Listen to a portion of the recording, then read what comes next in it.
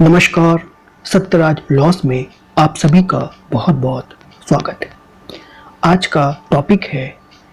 कि अगर किसी मामले में अन्वेषण अगर 24 घंटे में समाप्त नहीं होता है, यानी एफआईआर लिखने के पश्चात अन्वेषण शुरू करने के समय से लेकर के 24 घंटे के अंदर अगर अन्वेषण पूरा नहीं होता है तो उसके पश्चात कौन कौन से क्रिमिनल प्रोसीजर कोड यानी दंड प्रक्रिया संहिता के प्रावधान लागू होते हैं। In other words, what are those provisions of CrPC related to the investigation when it is not completed within 24 hours। तो फ्रेंड्स, आज का टॉपिक यही है। अगले स्लाइड पर चलते हैं और इस टॉपिक को अच्छे से समझने का प्रयास करते हैं। अगर किसी मामले में एफआईआर दर्ज होने से शुरू होकर के इन्वेस्टिगेशन कंप्लीट होने में 24 घंटे से ज़्यादा समय लग रहा है तो फिर सेक्शन 57 सबसे पहले अट्रैक्ट होगा, यानी इस प्रावधान को लागू सबसे पहले किया जाएगा, जो कि कहता है कि कोई भी पुलिस ऑफिसर किसी व्यक्ति को कस्टडी में बिना वारंट, याद रखिएगा बिना वारंट, वो 24 घंटे से ज़्यादा डिटेन नहीं कर सकता, जब तक कि 24 घंटे जब हो जाए, उससे ज़्यादा अगर उस जरूरत पड़ती है तो फिर मजिस्ट्रेट के समक्ष उस आरोपित व्यक्ति को प्रस्तुत करना पड़ेगा। और सेक्शन 167 में अगर मजिस्ट्रेट को लगता है पुलिस की दलील सुनने के बाद तो वो रिमांड पे भेज सकते हैं 14 दिन के लिए, ठीक है। लेकिन पहली बार जब एफआईआर दर्ज हुआ है, अक्यूज्ड जब अरेस्ट हो गया है विदाउट वारंट, तो 24 घंटे के अंदर मजिस्ट्रेट के समक्ष पेश करने की जिम्मेदारी पुलिस की होती है, ठीक है। ये सेक्शन 57 कहता है। हाँ, ये बात अलग है कि अरेस्ट होने से लेकर के मजिस्ट्रेट कोर्ट तक लाने में जो समय लगा उस समय को निकाल लिया जाएगा, उसको इंक्लूड नहीं किया जाएगा, ठीक है। अगला सेक्शन है सेक्शन 167, जो कि ये कहता है कि वो प्रोसीजर प्रक्रिया फॉलो की जाएगी जब इन्वेस्टिगेशन 24 घंटे में कंप्लीट न हो। तो सेक्शन 167 ये बताता है कि मजिस्ट्रेट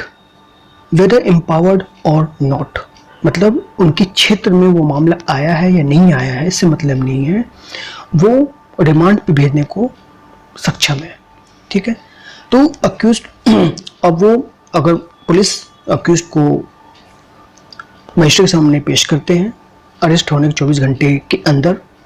तो मजिस्ट्रेट जो है या तो उसे पुलिस कस्टडी दे देंगे जिसे रिमांड कहते हैं, या जुडिशल कस्टडी में भेज दिया जाएगा, जहाँ पर जो है अलग पुलिस जेल बना हुआ है, उस जेल में उसे डाल दिया जाएगा। और इन रिकॉग्नाइज्ड इंस्टीट्यूशंस और ग्रांटर बेल, यानी जब आरोपित व्यक्ति को मजिस्ट्रेट के समक्ष पेश किया जाता है पुलिस के द्वारा, तो मजिस्ट्रेट के समक्ष 4 ऑप्शन होते हैं,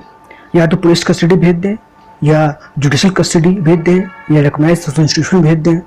या बेल को बेल ग्रांट कर दें, ठीक है। और ये तब किया जाता है जब चार्जशीट जो है, बेल तब ग्रांट की जाती है जब चार्जशीट कंप्लीट नहीं हो रहा है,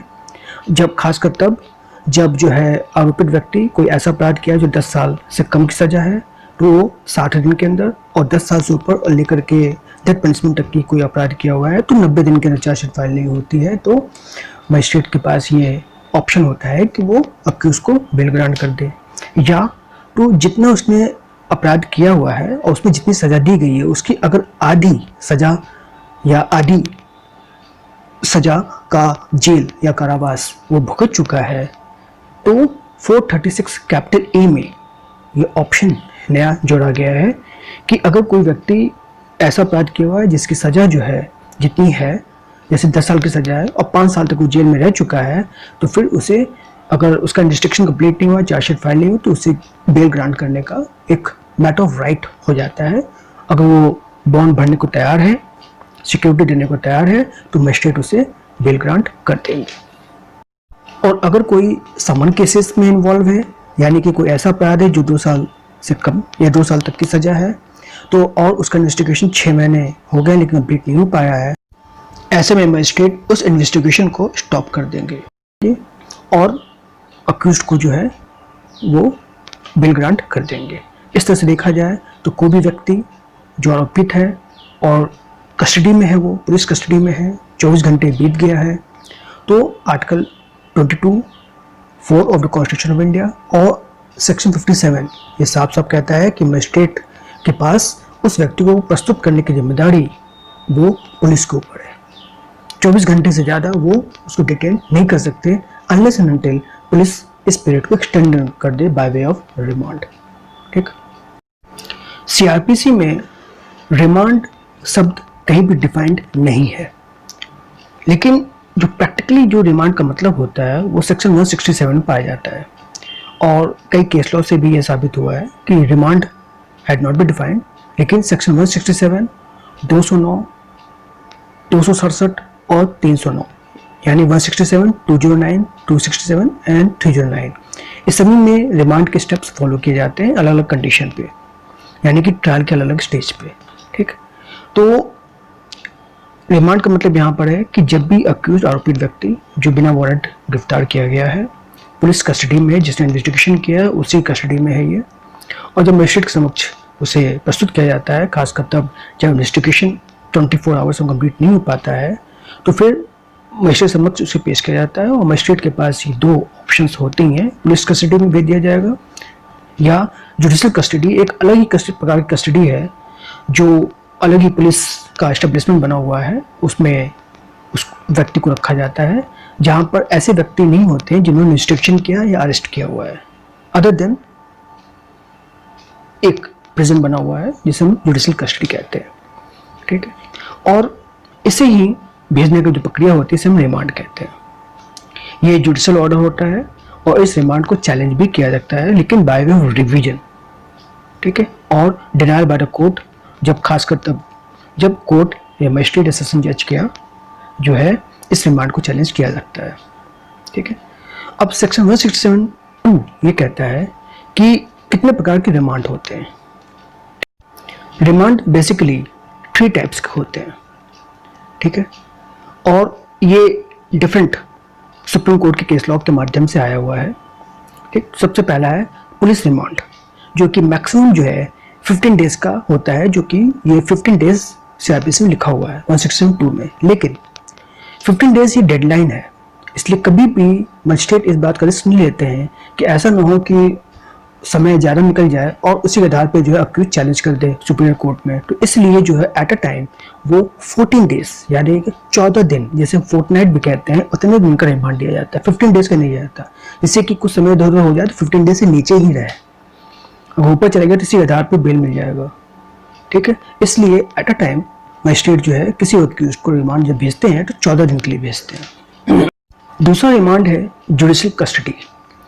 यानी कि जुडिशियल कस्टडी तो मानी बात है कि सबसे पहले जो पुलिस अरेस्ट करती है, इन्वेस्टिगेशन करती है, उसी के कस्टडी भेजी जाती है, उसे पुलिस कस्टडी कहा जाता है। वो मैक्सिमम 15 डेज है। ठीक, लेकिन मजिस्ट्रेट प्रिकॉशनरी तौर पे 14 दिन से ज़्यादा नहीं देते, या वो 2 दिन, 3 दिन, 4 दिन करके भी दे सकते हैं, ऐसा नहीं है कि एक साथ दे दे वो, लेकिन एट अ टोटल 14 डेज से ज़्यादा नहीं होना चाहिए। ठीक, हालांकि लॉ कहता है 15 डेज, लेकिन एक दिन पहले ही एक दिन कम लेके चलते हैं। ठीक, अगर 15 डेज मान लीजिए उन्हें दे दिया और कोई ऐसा व्यक्ति है, आरोपित व्यक्ति है, जिसने अपराध जो है ऐसे किए हैं जिसकी सज़ा जो 10 साल से कम की सज़ा है, तो जुडिशियल कस्टडी जो है वो 60 दिन का होता है टोटल। 15 डेज तो चला गया पुलिस कस्टडी के पास, यानी कि बाकी जो 45 डेज जो है वो जुडिशियल कस्टडी कर दी जाएगी। ठीक, उसी तरह से कोई ऐसा अपराधी है जिसने ऐसा अपराध किया हुआ है जिसकी सज़ा जो है 10 साल से ऊपर या कैपिटल पनिशमेंट तक है, तो उसकी जो है जुडिशियल कस्टडी, तो 15 डेज तो रिमांड चला गया पुलिस रिमांड, बाकी 90 से माइनस कर दे आप तो 75 डेज का जुडिशियल कस्टडी कर दिया जाएगा, यानी apart from other person who has investigated matter, उनकी कस्टडी में इसको भेज दिया जाता है। ठीक है, तीसरे प्रकार का रिमांड है उन आरोपित व्यक्ति का जो या तो माइनर है, 18 साल से कम है, या कोई महिला है। ठीक है, और मजिस्ट्रेट को लग रहा है कि अगर हम इसे कस्टडी भेजेंगे तो ये और खूंखार हो जाएगा और हो सकता है कि ये बहुत ही हार्डर क्रिमिनल बन जाए, तो उसको रोकने के लिए वो रिकॉग्नाइज्ड सोर्स इंस्टीट्यूशन भेज देते हैं। ठीक है, जिसे सर्टिफाइड रिमांड होम भी कहा जाता है, तो वहाँ भी जो है मजिस्ट्रेट आरोपित व्यक्ति को भेज सकते हैं। सेक्शन 167 टू कैपिटल ए में ये बताया गया है कि एग्जीक्यूटिव मजिस्ट्रेट यानी कार्यपालक मजिस्ट्रेट जो डीएम या एसडीएम हो सकते हैं, ये भी इनके पास ही भी ये अथॉरिटी होती है कि जो भी व्यक्ति पुलिस कस्टडी में है, पुलिस इनके सामने पेश करती है, तो ये भी रिमांड भी भेज सकते हैं ओनली फॉर 7 डेज, क्योंकि जुडिशियल मजिस्ट्रेट है नहीं, इसलिए इन पे लिमिटेड लगा हुआ है। ये 14 दिन के लिए नहीं भेज सकते, बल्कि सिर्फ 7 दिन के लिए भेज सकते हैं, क्योंकि ये कार्यपालक मजिस्ट्रेट, और ये तभी करते हैं जब जुडिशियल मजिस्ट्रेट अवेलेबल नहीं है। ठीक, अगला है कि जुडिशियल कस्टडी रिमांड, जिसे हम जेल भी कहते हैं, can be extended by the magistrate on ground कि when the accused person is present in person और बाय इलेक्ट्रॉनिक वीडियो लिंकेज। वो एक्सटेंड कर सकते हैं, या तो फिजिकली अक्यूज को प्रेजेंट किया जाए या तो इलेक्ट्रॉनिक वीडियो लिंकेज से किया जाए। ठीक, अब भाई कंप्यूटेशन पे, कंप्यूटेशन ऑफ डिटेंशन जो है ये एक्सक्लूड करता है वो दिन, खासकर तब जिस दिन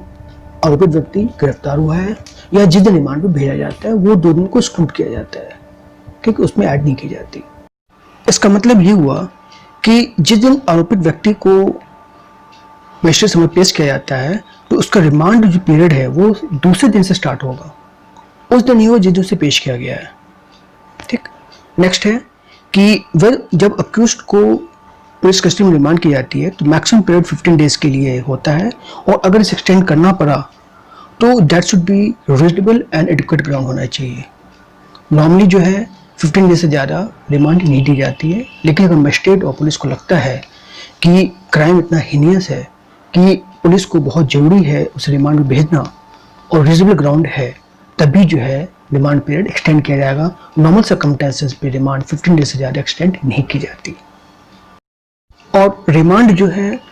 पुलिस कस्टडी भी हो सकती है, जुडिशियल कस्टडी भी हो सकती है। जो पहले 15 डेज है उसी में ऑल्टर किया जाता है, यानी कि 15 डेज में 7 दिन के लिए जुडिशियल कस्टडी दे दिया, 7 दिन के लिए पुलिस कस्टडी दे दिया, फिर कुछ समय बाद फिर पुलिस कस्टडी दे दिया, यानी कि जो नेचर ऑफ रिमांड है वो चेंज किया जा सकता है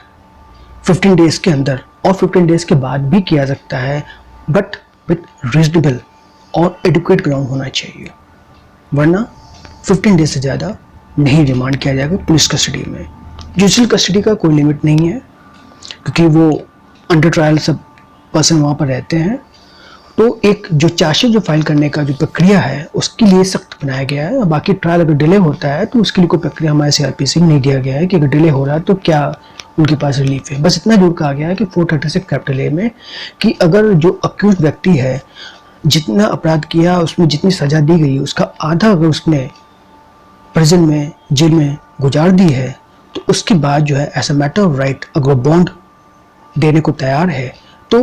उसे बेल मिल जाएगी। ये सुप्रीम कोर्ट ने कई जजमेंट में भी कहा है, और 436 capital A of the CrPC में भी ये प्रावधान लिखा हुआ है। सेक्शन 267 इसको 167 के साथ पढ़ा जा सकता है, क्योंकि 267 भी रिमांड की बात करता है, लेकिन ये ट्रांजिट रिमांड है। ट्रांजिट रिमांड मतलब ये है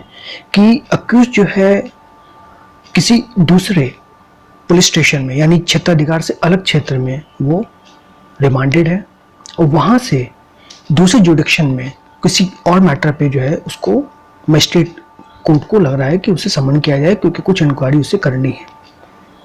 ठीक है, लेकिन वो आरोपित व्यक्ति जहाँ पर गिरफ्तार है उस क्षेत्र से अलग दूसरे जुडिक्शन में जब अक्यूज को ले जाया जा सकता है किसी कोर्ट के कहने पे, तो उसे हम कहते हैं ट्रांजिट रिमांड। या तो आरोपित व्यक्ति कहीं और गिरफ्तार हो रहा है लेकिन अपराध कहीं और हो रहा है, तो जहाँ पर अपराध घटित हुई है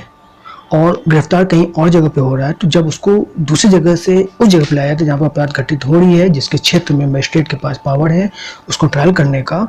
तो फिर उसको जब दूसरी जगह से इस जगह पे लाया जाता है तो इसे भी ट्रांजिट रिमांड कहा जाता है। तो ऐसे व्यक्ति को किसी इंक्वायरी, ट्रायल या प्रोसीडिंग में किसी भी प्रश्न का जवाब देने के लिए कोई भी कोर्ट, क्रिमिनल कोर्ट या मजिस्ट्रेट सेकंड क्लास जो है वो समन कर सकते हैं ऐसे आरोपित व्यक्ति को, अगर वो किसी और मामले में रिमांडेड है,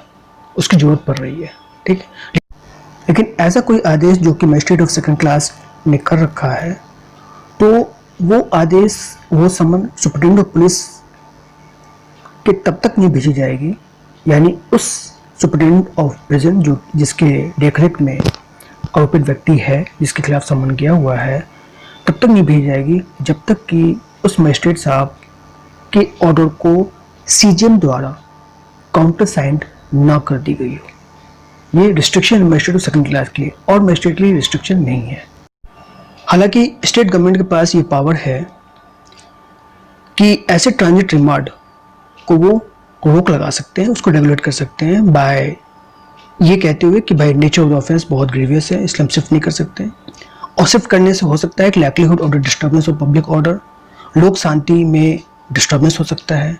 या लोक हित में जनरली ऐसा कोई कानून बनाया जा सकता है कि किसी भी क्रिमिनल को हम शिफ्ट नहीं कर सकते। ठीक है, तो रोकने का प्रावधान 268 में स्टेट गवर्नमेंट के पास है। वो चाहे तो दूसरे कोर्ट में पेश करें और चाहे तो ना पेश करें, ये कानून बनाने का अधिकार स्टेट के पास है। सेक्शन 81 ये कहता है कि जब कोई आरोपित व्यक्ति एक जिले में गिरफ्तार होता है और उसको दूसरे डिस्ट्रिक्ट में प्रोड्यूस करना होता है with the permission of the court या कोर्ट ने डिमांड की हुई है, तो ऐसे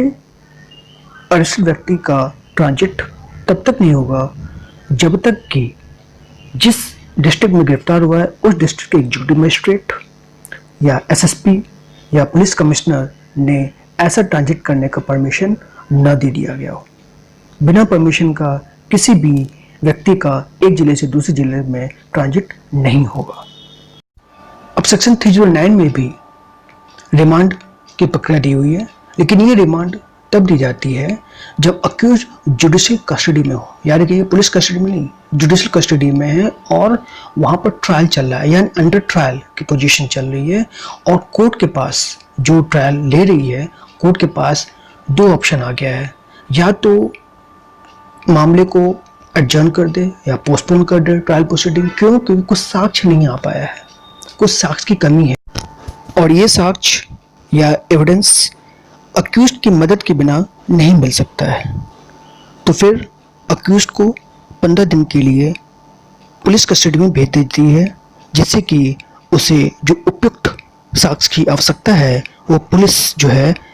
अक्यूज के माध्यम से प्राप्त कर ले। और जब साक्ष्य मिल जाएगा या विटनेस मिल जाएगा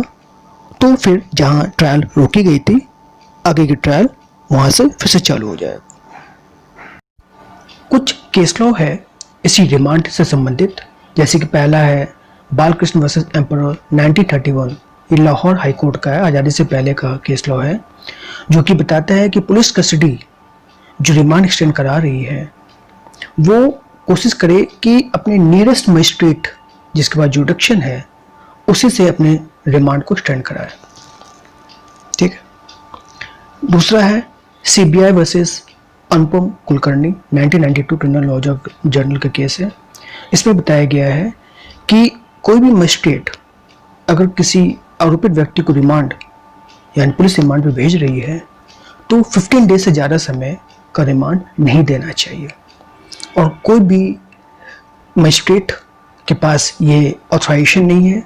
कि किसी भी आरोपित व्यक्ति की कस्टडी को 167 में दिए गए लिमिटेशन यानी 15 डेज के बियॉन्ड जाकर के वो रिमांड पीरियड एक्सटेंड करे, तब तक जब तक कि रीजनेबल ग्राउंड ना हो। ठीक है, एडुकेट ग्राउंड होना चाहिए रिमांड को 15 डेज से अधिक एक्सटेंड करने के लिए, और नहीं तो 167 में जो लिमिटेशन दी है उसको फॉलो करना चाहिए। एपेक्स कोर्ट ने रजनीकांत वर्सेस ओडिशा 1979 में ये हेल्ड किया है कि जब भी मजिस्ट्रेट किसी अक्यूज व्यक्ति का रिमांड पे भेजते हैं, पुलिस कस्टडी के रिमांड पे भेजते हैं, तो दिए गए 5 चीज़ों का ध्यान रखें। पहला कि इन्वेस्टिगेशन कहाँ तक कंप्लीट हुआ है या इन्वेस्टिगेशन का क्या पोजीशन है। दूसरा, लीगैलिटी ऑफ इन्वेस्टिगेशन क्या है। ठीक। तीसरा, उस रिमांड के भेजने का कारण क्या है। चौथा, क्या क्या फैक्ट डिस्कवर हुआ है under section 27 Indian evidence act, जो कि डिस्कवरी ऑफ फैक्ट की बात करता है। और पांचवा है एग्जामिनेशन ऑफ रिकॉर्ड, जो पुलिस ने रिकॉर्ड पेश की है। सारे पांचों बातों को ध्यान रखने के बाद ही किसी अक्यूज्ड का रिमांड बढ़ाना चाहिए। ठीक। और लास्ट है कि Hussain are Khatoon versus secretary of Bihar state 1979 supreme court, ये काफ़ी लैंडमार्क जजमेंट है। इसमें अपेक्स कोर्ट ने हेल्ड किया हुआ है कि जब भी मजिस्ट्रेट किसी अक्यूज का रिमांड बढ़ाते हैं तो मजिस्ट्रेट की जिम्मेदारी बनती है कि वो आरोपित व्यक्ति को बताएं कि वो बेल पाने का भी हकदार है, ठीक है, और अगर वो चाहे तो उसे बेल ग्रांट की जा सकती है। इस बात की जानकारी मजिस्ट्रेट की जिम्मेदारी बनती है कि वो आरोपित व्यक्ति को अवगत कराएं, उसके राइट को प्रोटेक्ट करते हुए उसको अवगत कराएं कि हाँ वो बेल भी प्राप्त कर सकता है अगर वो बॉन्ड भरने को तैयार है, ठीक है। अगर किसी वजह से वो बॉन्ड भरने में असक्षम है या नहीं दे पा रहा है, तभी जो है उसे रिमांड पे भेजा जाए,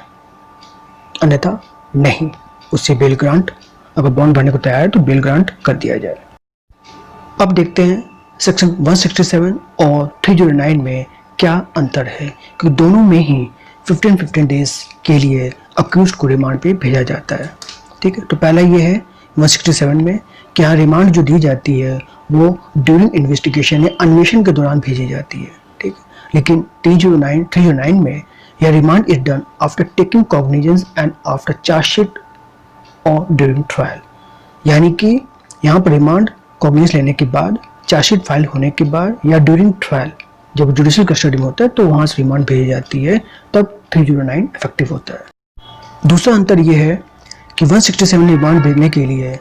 अक्यूज्ड या आरोपित व्यक्ति का अटेंडेंस होना मस्ट है, तभी रिमांड ऑथराइज होगा, या तो फिजिकली आए या वीडियो लिंकेज के माध्यम से आए, ये आना जरूरी है। 309 में क्या है, attendance of accused are not required, वहाँ अटेंडेंस आवश्यकता नहीं पड़ती है। अब तीसरा अंतर क्या है, 167 में कस्टडी में भी जुडिशियल और पुलिस कस्टडी, यहाँ पर यह है, ठीक। लेकिन 309 में क्या है, यहाँ पर जुडिशियल कस्टडी की बात होती है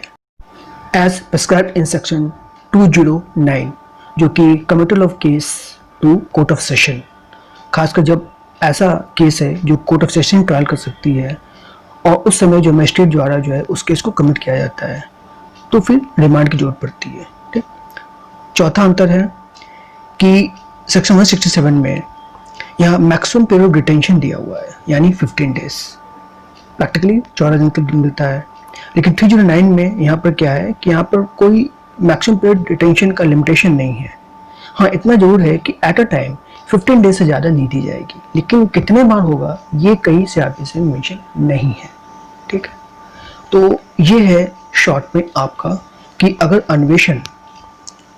24 घंटे में समाप्त नहीं होता है तो उसके पश्चात कौन कौन से प्रावधान लागू होते हैं, इस वीडियो के माध्यम से मैंने बताने का प्रयास किया है। That's it friend. Thanks for watching video. अगले वीडियो पे हम नया प्रश्न, उसके सॉल्यूशन प्लस उससे संबंधित प्रावधान और केस लॉ के साथ आपके समक्ष प्रस्तुत होंगे। तब तक के लिए जय हिंद, वंदे मातरम।